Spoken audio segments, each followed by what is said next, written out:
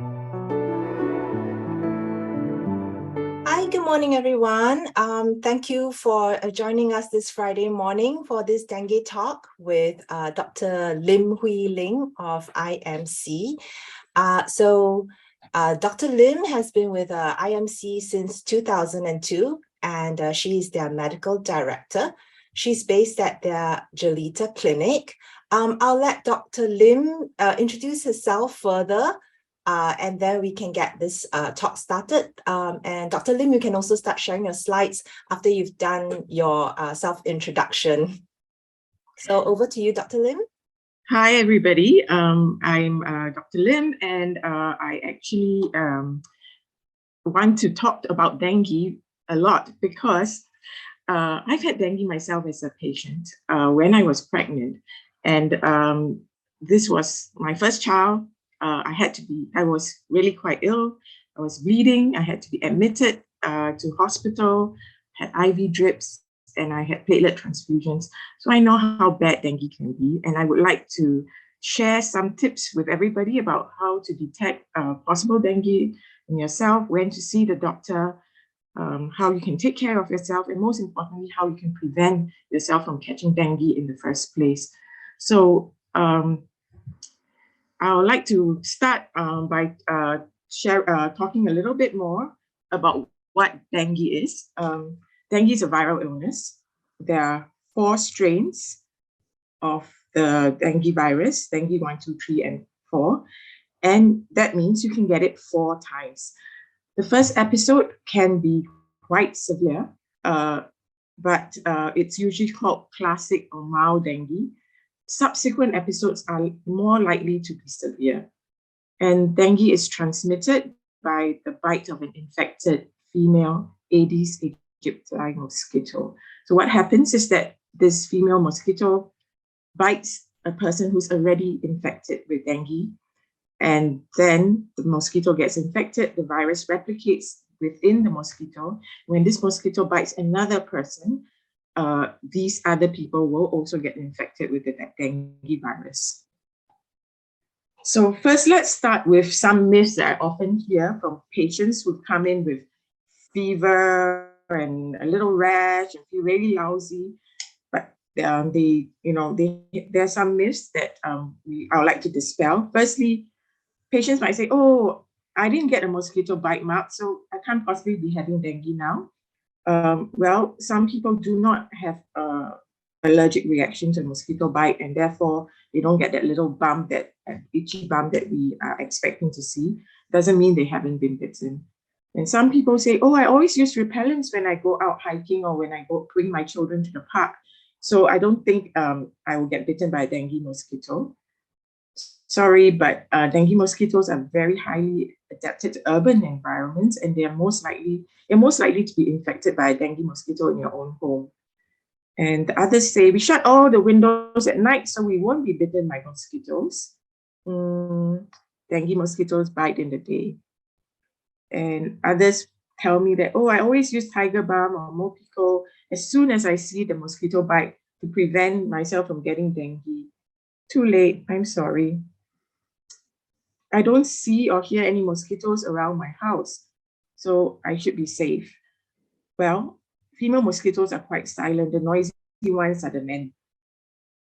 The other one would be, there are no construction sites around my house, so I should be okay. Well, I'll show you some statistics on that later. So after the myths, let's talk about some facts. I work at our Jelita clinic, and since early February, we have been the center of a big cluster. So far, there have been 385 cases since February till now, in the surrounding neighborhood around Jelita clinic. And some of these patients have been very, very ill. Fortunately, it's getting under control around here now, and we are now, I just saw a green banner being put up this morning. Tell you a bit more about those banners later. In just 1 week from 19th to the 25th of June, there have been more than 1,000 cases in the whole of Singapore. That's actually 85 cases fewer than last week, which looks a little bit hopeful. But the whole year in Singapore, up to date, so up to June, 17,000 cases in Singapore. Last year, for the whole entire 2021, there were only 5,000 cases. And the peak was 35,000 cases in 2020. The Ministry of Health has predicted that this year may surpass that. And currently in Singapore, there are 356 active clusters. So what's the what's the dengue burden in the rest of the world? It's actually very common in the rest of the world. There's been a dramatic increase in recent decades.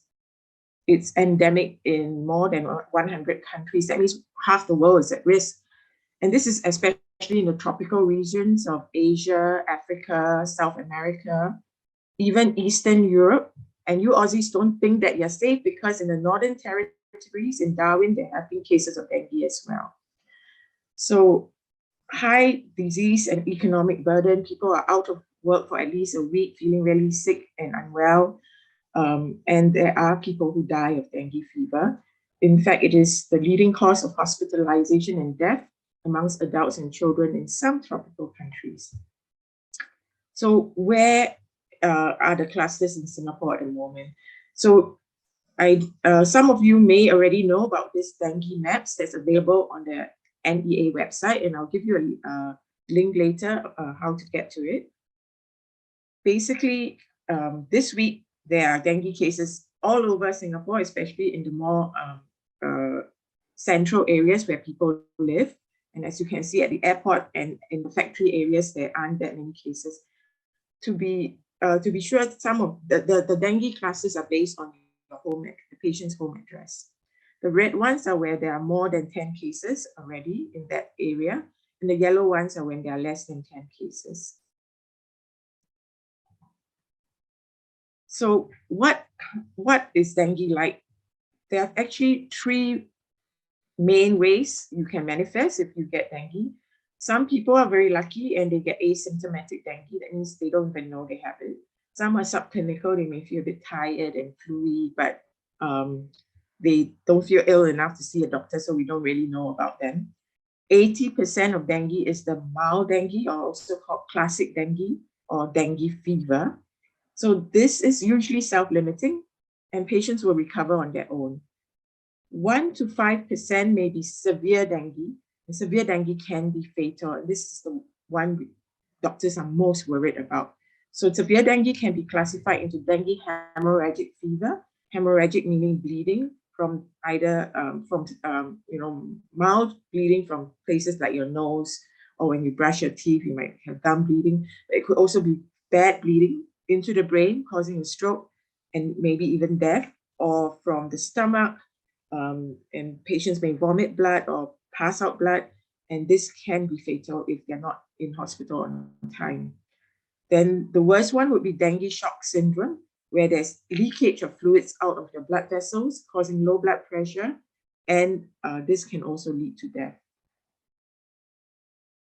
So what are the symptoms if you get dengue fever? That means the middle type. You usually, if the patient has been bitten, they usually get symptoms between 4 to 7 days after the bite. But this can range from 3 to 14 days. So they will get a sudden, very high fever, severe headache, and that's usually behind the eyes, very severe muscle, bone, and joint pains, abdominal pain, and sometimes nausea and vomiting. Some patients may also get mild runny nose and mild sore throat, but that's not really prominent in dengue. So that's how you tell the difference from COVID. This stage will last between 2 to 7 days. You feel really, really lousy. You probably can't get out of bed. And then when you start to feel a little better, when the fever gets a bit better, you might start to see a fine rash on the skin. The skin will look very red and flushed. And this is usually self-limiting. You will recover quite quickly. You may feel that your fingers are a bit swollen. You may feel that you're a bit itchy, but you actually will feel like you can get out of bed and start doing a little bit more. Some patients will continue to feel very tired for a few weeks, but have no other symptoms after that. However, some other patients may have severe dengue. So about the day of or 1 or 2 days after the fever has subsided, we might get into the critical phase. This is when the patient may have dengue hemorrhagic fever. This will be manifested with petrichae, which are our medical term for tiny pinpoint bleeding spots just under the skin. It would look like if you took a red pen and then you dotted it on your skin. There will also be bleeding. So gum bleed from brushing your teeth, nose bleeds that may just come on its own, or when you blow your nose. You might see black, tarry stools. You might see blood in your vomit or blood in your stools. You may have persistent vomiting, severe tummy pains, and rapid breathing. And the next stage, dengue shock syndrome, which is all the above, plus the patient may be restless and irritable. This is because there's swelling of the brain, and the patient may feel cold and clammy and have a very rapid and weak pulse. If you get any of these symptoms, please seek medical attention immediately. You will need a blood test and you may need to be admitted to hospital. How about dengue in children? We're usually more worried about children catching all these viruses, right? Well, actually, if it's their first infection, many children will have no symptoms and they usually have a milder illness. For the older children and adolescents or children whose second episode of dengue and above, they will have similar symptoms to adults, and it's all the things we mentioned before. And the symptoms can be moderate and they can also be severe. So children can die of dengue as well, if it's especially if it's their second or subsequent time. So how do we diagnose dengue? Firstly, it's a clinical examination. That means the patient comes in, we get your history, we hear that you might live in the dengue area or not. We look at how high your fever is, we listen to your symptoms, and then we do an examination. We'll look at your blood pressure, we'll look at your skin for rashes, we look for bleeding points and bruises, we might listen to your lungs, we might feel your tummy, and then we do some blood tests. For the blood test, we do blood tests firstly to detect if you're dengue or not, and then we look at whether the complications of dengue on you. So the test to detect dengue, at IMC, we have a rapid in-clinic test kit, which will give you your results in about 15 to 20 minutes. It looks a lot like the ART COVID test kit that everybody is now familiar with. It tests for three different it tests in 3 different ways for the dengue. The NS1 antigen, and we also test for dengue IgM. So NS1 becomes, you test for NS1, dengue NS1 becomes positive within the first day of you having a fever. So it's very quick and it's positive up to about day 5 to 7. For dengue IgM, it detects for your antibodies against acute dengue infection. So it becomes positive from about day 5 to 7 onwards, and it stays positive for a few weeks. For dengue IgG, it detects for dengue in the past. So it's what we call a serological scar. That means if you had previous episodes of dengue, your IgG is positive, doctors are warned to be more careful about monitoring you more closely, because this is your second episode, you're more likely to be more ill. We can also send your blood to our lab for the same test as above. And also, we can send it to the government lab, the Environmental Health Institute, for dengue PCR testing, which is the most accurate way, but it does take longer to come back. And then to detect for complications of dengue, we will do a full blood count at the same time. So in this one, we are looking for the white blood cell levels. White blood cells are our cells that help us in our immune system. And they will be actually quite low in dengue fever. We also look at your platelet levels. The platelets tend to drop in dengue fever. Platelets are needed for our body's clotting system. So if our platelets are low, and our body will start to bleed. If it's very, very low, it may bleed spontaneously. Otherwise, if it's in the moderate range, a minor knock or minor cut may bleed more than usual. Sometimes in patients who are more severely ill, we may have to do liver function tests or renal function tests. These are also blood tests. So for the management, how do we treat dengue? We actually don't actually have any medications to treat people with dengue fever. It's mainly supportive care. No specific antivirals are available yet at the moment. We will monitor you closely for any deterioration, like your blood pressure, abdominal pain, any signs of bleeding. And we will need you to come back regularly, almost on a daily basis, to do blood tests to monitor your blood platelet and white blood cell levels.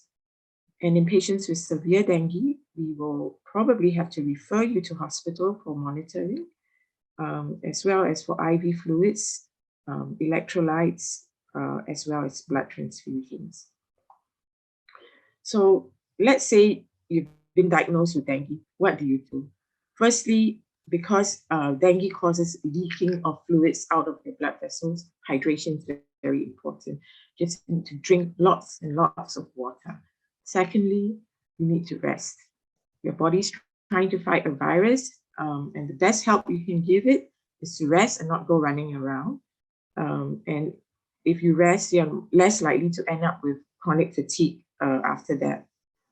You also need to look out for symptoms of severe dengue. That means things like bleeding, like I said before, from your gums, when you blow your nose, or black stools, and dizziness, severe weakness, cold extremities, severe abdominal pain. If you see these, please see a doctor immediately. If you have fever or pain, then take paracetamol. Avoid aspirin, avoid other anti-inflammatory drugs like naproxen, because they can cause gastric irritation and gastric bleeding, and already we are worried about bleeding, right? The other thing you should do is to check your home for mosquito breeding. Either do it yourself, or if you're too ill, ask somebody else to go around the house looking for any areas where you may have stagnant water in your house. This is to prevent other members of your family from being bitten by a mosquito, Aedes mosquito that might be carrying the dengue virus. This mosquito bites you, it can transmit dengue to someone else. So check in all your pails, in unused toilets, in gutters, in gully traps, vases of flowers, and so on. So that the first reason is to prevent your family from getting dengue, and the second reason is every case of dengue that the lab diagnoses and that we diagnose in the clinic, we have to notify the Ministry of Health. That's how you get all those dengue maps every week. And the Ministry of Health notifies the Ministry of Environment, and the Ministry of Environment then sends inspectors to the home of the patient to check for mosquito breeding. This is to help you find those areas where mosquitoes might be breeding. But if they do find the mosquito breeding areas in your home, you may get fined. You may get a warning the first time, but if it's the second time, you may get a big fine. So that's the other reason to check for mosquito breeding before the NEA inspectors come to your house. The other thing you should do is to wear a repellent. So if you're diagnosed with dengue, we usually dispense a bottle of repellent for you as well. And this is, of course, to prevent yourself from being bitten and transmitting dengue to other people. So we've talked about a bit about mosquito breeding. I'm going to talk even more about it now, because prevention is definitely better than catching it. The Aedes mosquito is the famous tiger mosquito with black and white stripes. Only the female mosquitoes will bite. So they also are highly adapted to urban environments. It's a myth that they actually are in forested areas. They like being near humans, which are their main meal. And they prefer clean, stagnant water. They are most active and bite in the daytime. The peaks would be at dawn and dusk. But if your home is brightly lighted at night, they can also be active at night and bite you at night. But they're most dangerous in the daytime. So be wary in the day as well. So where do Aedes mosquitoes breed? This is enlarged version of the NEA dengue map that I showed you earlier. And this is the area around the International Medical Clinic at Jelita. It's currently has about 385 clusters. As you can see see that there are actually 3 clusters around our clinic. And I'm showing you the data from the biggest cluster, which is around the Mount Sinai and Moonbeam area, 336 clusters this week. And most of our patients come from this area. And look at where NEA found mosquito breeding habitats. Most of them were in homes. Flower pots, pails, vases, fountains, the fridge stand, flower beds, bamboo poles, which people use to dry their clothes, ceramic pots, watering cans, toilet bowls. If you have bathrooms in your house that are not being used, please remember to cover the toilet bowl. And they also found them in public areas like trolleys left behind, discarded plastic containers, bins. But look, no dengue breeding sites in the construction sites, even though there's so many constructions. There are 2 condos being built in this area and many private houses being renovated, and they did not find any breeding sites in the construction sites, even though they are very strict on checking construction sites. So how do we prevent dengue? The NEA promotes this mnemonic called block saw. I think it's a bit forced, but there it is. Breaking up the hard soil in your flower pots, lifting up your empty flower pot plates and emptying the water out of them, overturning your pails, wiping the rims, changing the water in your vases, and so on. And then saw, meaning to when you are in a dengue area, in a dengue cluster, you would want to do more. You spray yourself, you apply repellent, and you watch out. So the things that you can do to prevent yourself from being bitten, firstly, your environment, doing this mozzie wipeout once a week, or even once every few days if you are in a dengue cluster. Spray insecticide in the dark corners, right? Mosquito nets can be useful over your bed, or mosquito screens, installing them on your doors and windows. You may want to air condition your room, or at least close all the windows in your house if you're in a dengue area. And there are also spatial, there's a spelling error here, spatial repellents, which I'll talk about later. And then we talk about ourselves. We know that dengue mosquitoes like dark colored clothing. So wear light colored clothing, long sleeve, long trousers, and wear repellent on yourself, especially if you are living in a dengue cluster. You can also protect yourself with a dengue vaccination, which I'll talk about later. So what repellents are we talking about? There are topical repellents, which means repellents that you put on your own skin. Use repellents that contain DEET, picaridin, or IR3535. These are safe, even though they are chemicals, and they are more effective, and they will last longer than the so-called natural repellents like citronella or eucalyptus. You need to do a skin test first, just in case you may be allergic to them if you've never used them before. Just use enough to cover your exposed skin, and you can also spray some on your clothing if the clothes are quite thin. Use the lowest concentration for the time required, and then you wash it off after that. For example, you're going into an aircon room after 2 hours, then you can just have a shower and wash off the repellent. And the label will tell you how long the repellent lasts for. So we apply the repellent according to the label. So the citronella ones, for example, only last about 20 minutes to an hour, so you have to keep reapplying, whereas some others may last 9 hours, and if you're out for exposed for a long time, you may prefer to use something like that. So for the spatial repellents, they are basically things that emit chemicals that will repel insects.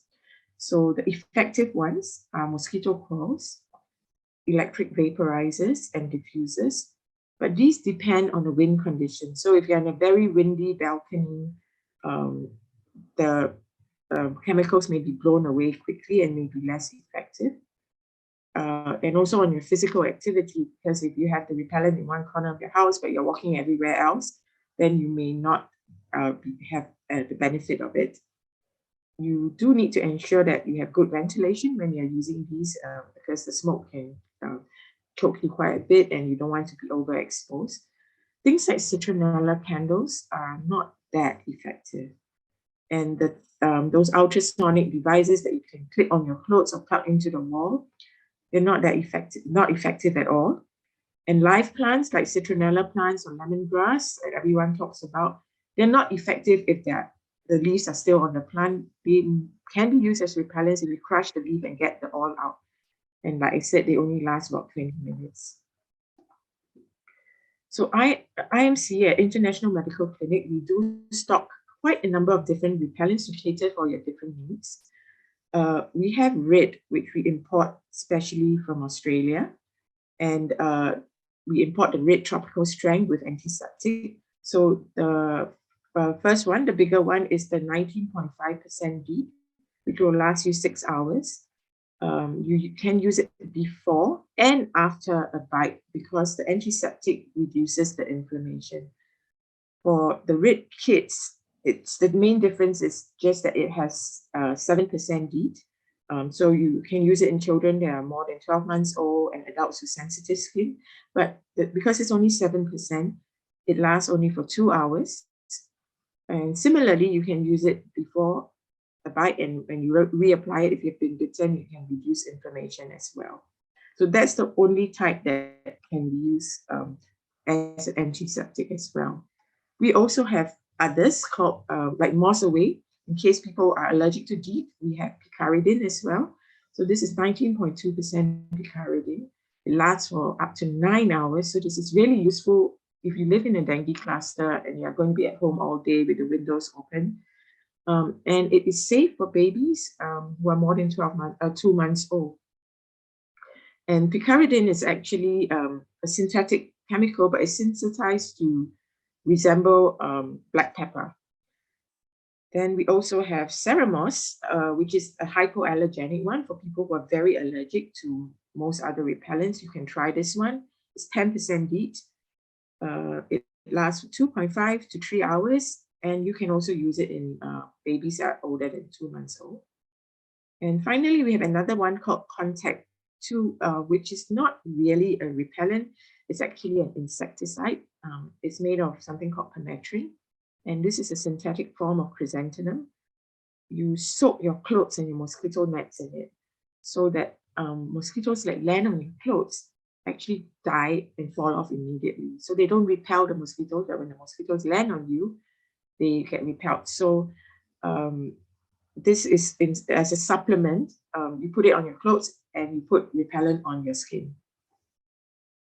And this is actually used for army. It's very powerful. So I recommend this for children who are going away for school camps in overseas countries where they have high malaria and dengue rates as well. So how do we stay alert and on top of things and know whether we are in a dengue cluster or not? Firstly, do download the NEA app. We have the QR codes here, depending on whether Apple or Android. It's really very useful. And besides knowing where the dengue clusters are, you can also they can also send you alerts when your home becomes a cluster, or alerts about floods that are coming up or things like that. And the haze, which may be coming up in the next few months as well. We also depend on NEA inspections for breeding. So NEA does intensively visit homes to look for breeding. So do allow them into your house so that they can help you find where the breeding sites are. They will give you some educational materials as well. And then gravity traps. You might have seen these little black containers on the pavements outside your house, and in various areas in your condo. These traps actually attract female mosquitoes. They're coated with a substance that female mosquitoes like. And then there's a layer of water at the bottom and a mesh on top. So the mosquitoes will go into the water and lay their eggs there. But the eggs, once the water will then be emptied out, and also they will prevent emergence of the hatch mosquitoes. So don't go and play with these gravity traps and upset them, turn them over, because they're there for a purpose. And once a lot of gravity traps, once a lot of Aedes mosquitoes are caught in these gravity traps, NA will then put up notices in your neighborhood to notify you that you are in a high dengue Aedes area. So this is what you will see. You'll see these various colored banners up around your house in your neighborhood. I'm sure all of you may have seen them before. So what do they mean? The green ones are good. You want to have a green one in your neighborhood. It means that there aren't a lot of Aedes mosquitoes in your neighborhood, and there aren't any cases among your neighbors, but still do remain vigilant. They also have purple ones where the gravity traps have noted a lot of Aedes mosquitoes in your neighborhood, and you need to remain vigilant, although there aren't any cases of dengue in your neighbors yet. You see a yellow one, it means there are between 2 to 9 cases in your neighborhood. You should start getting more alert. And when you get yellow banners in your neighborhood, you are likely also to start getting flyers in your mail, where NA may actually put packets of repellents, BTI pellets, which are for you to put in your fountains or your gutters to prevent dengue mosquito breeding. And if you see a red banner in your neighborhood, then really be careful, because that means there are more than 10 cases among your neighbors. And you should start wearing repellent to prevent yourself from getting dengue. So if you've already had dengue, you can also have the dengue vaccine. It's called Dengue Vaccine. It is available at International Medical Clinic. This vaccine is effective against all 4 strains of the dengue virus, and it will give you 80% protection against severe dengue and against hospitalization. I think now after COVID, everybody understands this thing about protection against the disease versus protection against severe disease. So that means you may still get dengue again, but it might be much milder. But at least you are not going to end up in hospital or very sick or die. This dengue vaccine is licensed for 12 to 45 years old in Singapore. In other countries, it's licensed from 9 years old to 45 years old onwards. It is only good for people who have had previous dengue infection before and are living in endemic areas. That means if you are going to be moving back to Europe next month, then there's not much point for you to have the dengue vaccine. The reason is because if the studies have shown that for people who have not had dengue vaccine, who have not had dengue fever before, if they get the dengue vaccine, it's like and they get another dengue infection, and they get the first dengue infection, it's actually like getting a second dengue infection. So the body overreacts and tries to fight the dengue infection, and that overreaction is what causes the platelets. Your body attacks your own platelets and causes the platelets to drop. That's why we only offer it to patients who've had dengue before. And in order to check that, we either need to see that you've had dengue before based on blood tests of your previous old dengue results, or we may have to do another blood test to check your IgG levels. This vaccine is injection, 3 doses given 6 months apart. That means you finish it after 1 year. You finish the course after 1 year. It gives the usual side effects of vaccine. So you might be a bit red, Some people have fever, a few people may have headaches, very few people may have allergic reactions to it. But it's generally quite a safe vaccine. And if you've had dengue before, you really want to prevent yourself from having dengue again. And then just for interest, because we have a little bit of time, oh, another typo here, sorry, it's Project Wolbachia. You may have seen banners about Project Wolbachia around your neighborhood. This is an ongoing study by the National Environment Agency to release male mosquitoes into your neighborhood. So NEA actually has a factory in which they use this Wolbachia bacteria and infect male mosquitoes.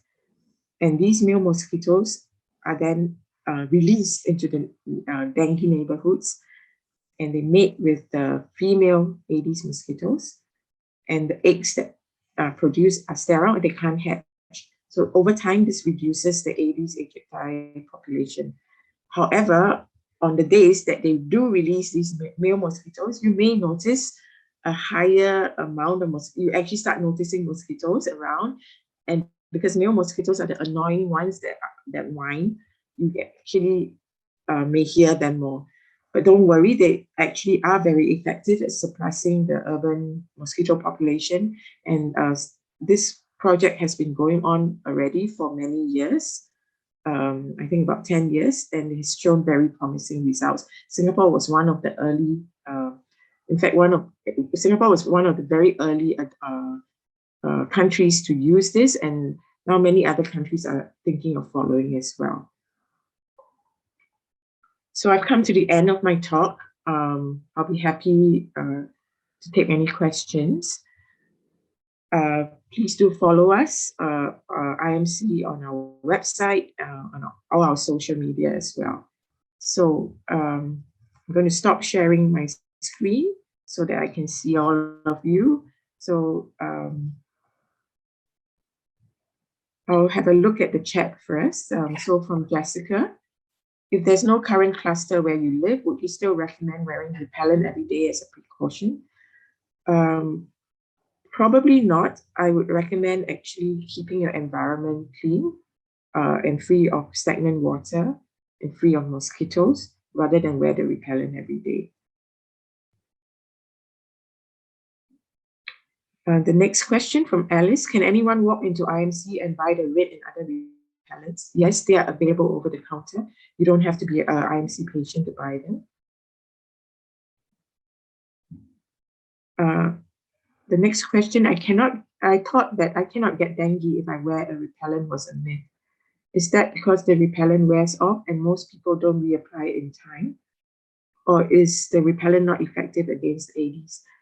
Well, the first answer was right. It's because people may be wearing, a lot of people, it's very popular to put patches on our children. Those patches don't really work very well. And repellents that you might miss a spot, or if you have been using a mild repellent that maybe lasts only 2 hours and you forget to reapply it, yes, you can still get bitten after that and still get dengue. So it's not that the repellent is not effective against Aedes, it's because the repellent has probably worn off or is not properly applied.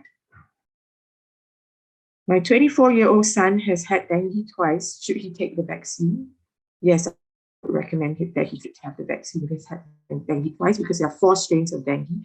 Currently in Singapore, we have dengue 3 and dengue 4 strains. Dengue 1 and 2 used to be prevalent in Singapore a few years ago, but they come in waves, you know. So after everybody's had dengue 3 and 4, we might get dengue 1 again. So I recommend you should do it.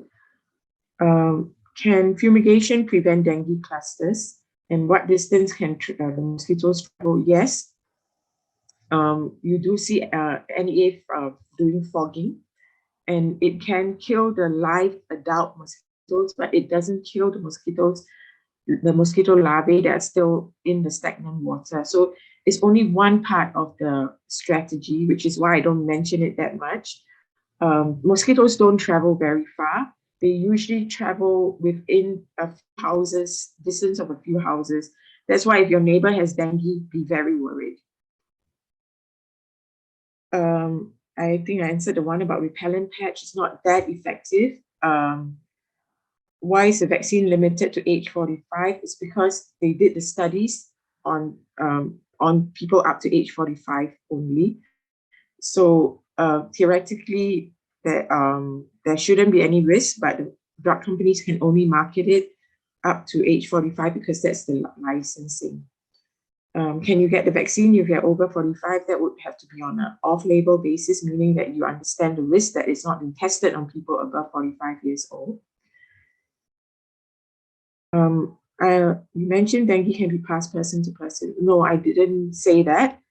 Dengue cannot be passed person to person. It can only be passed from a person who's infected, being bitten by an Aedes mosquito, who gets infected and then bites another person who then gets infected by that mosquito. It cannot be passed person to person. Who would you recommend to take the dengue vaccines? Any particular age group? So the age groups would be between 12 to 45 years old. And anybody who's had dengue before and is still living in dengue endemic areas, that means all the tropical areas of the world. Are there any side effects? Like any other vaccine, yes, there are side effects. People can get sore arm, fever, headaches, may feel a bit tired, but they are generally mild and they seem quite safe.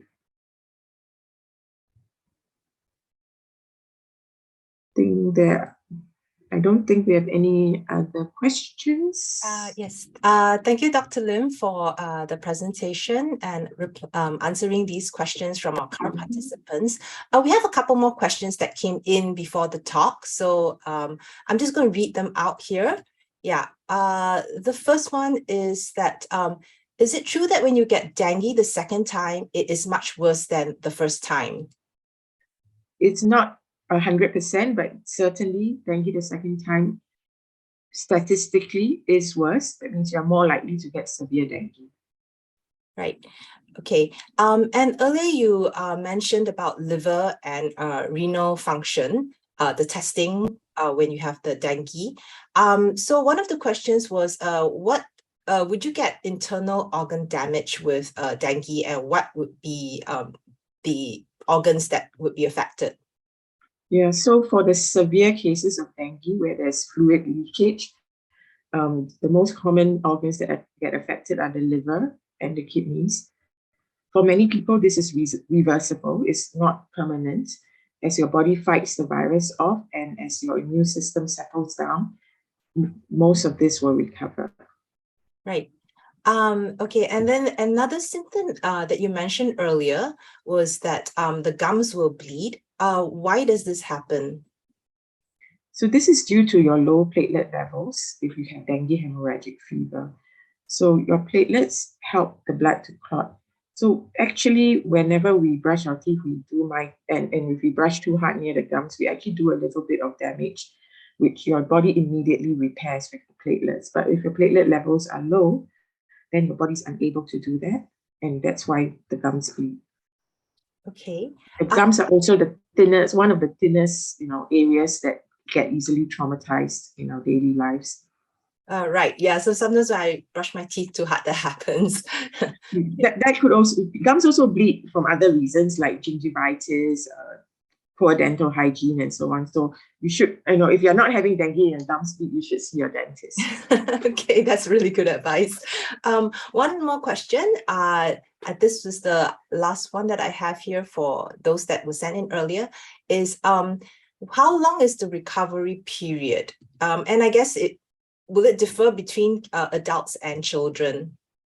So generally, children get over it pretty quickly after a few days. Most adults take about a week. By day 5, you start to feel much better. Your fever probably goes down and your temperature is normal, but you may still feel quite tired and you may start to see the rash, or you may start to see tiny little red spots like bleeding points. But generally, as we do the blood test monitoring, we'll see people starting to turn the corner around day 7 to 8 in terms of their blood test. But in terms of how well they feel, they start to feel well at around day 5. Okay. Thank you, Dr. Lim, for spending your time this Friday morning with us, sharing your knowledge and information. And also thank you to everyone who has joined us on this talk and presentation. We will actually be uploading this video recording onto our YouTube channel. So you can always come back anytime to look at the presentation again. And if you have any further questions, please feel free to email to us, events@expatliving.sg. We will forward it to Dr. Lim, and we will make available the video link as well as responses to your questions through a follow-up email, right? Thank you, everybody. Thank you, Dr. Lim. Thank you, everybody, for joining us. It's a pleasure. Yes, Thank thank you. you.